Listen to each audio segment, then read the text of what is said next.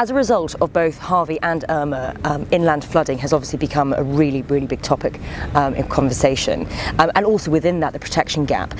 What makes this risk so complex? Flood has been a key issue. I've been going around giving talks called "Is Water the New Wind?" just to emphasize the fact that we can expect increasingly events like Katrina and Sandy where flood causes a greater proportion of loss than wind, and so we have been investing in developing inland flood modeling capability to run alongside our coastal flood modeling, which is associated with storm surges from hurricane, and as part of that there are some core principles that we wanted to accomplish as part of this flood modeling. I mean, one core principle is to acknowledge we need to be modeling this at very high resolution, because it makes a huge difference if you're a few feet higher, if you've got two houses next to each other, one a few feet higher than the other, the difference in the risk cost, the cost of the flood risk, can be almost a factor of 10, and so it's very sensitive about location. We know that it's extremely important to capture the fact that floods can often last a long time. Once the groundwater levels are high, once the reservoirs are high, once the groundwater springs are high, it doesn't take very much rainfall to set off a new round of flooding. So we need to capture that in the model. In fact, we've deliberately set out to capture the flood loss in our simulation. We've simulated 50,000 years of potential floods.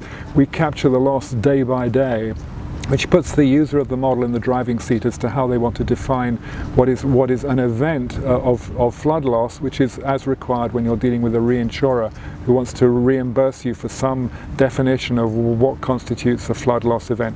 Something we've invested a lot. I think we're the only modeler to have captured that in our flood loss models now.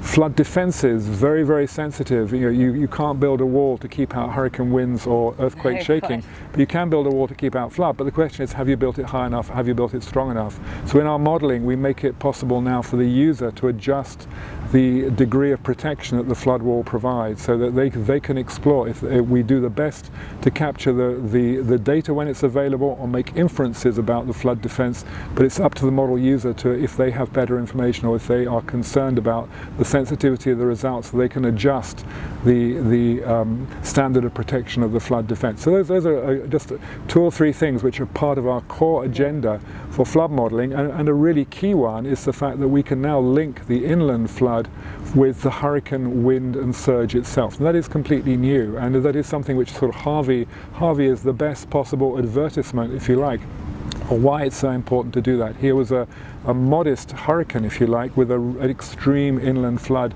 latched onto it. We need to capture that, because for dealing with a reinsurer, those would be lumped together as losses.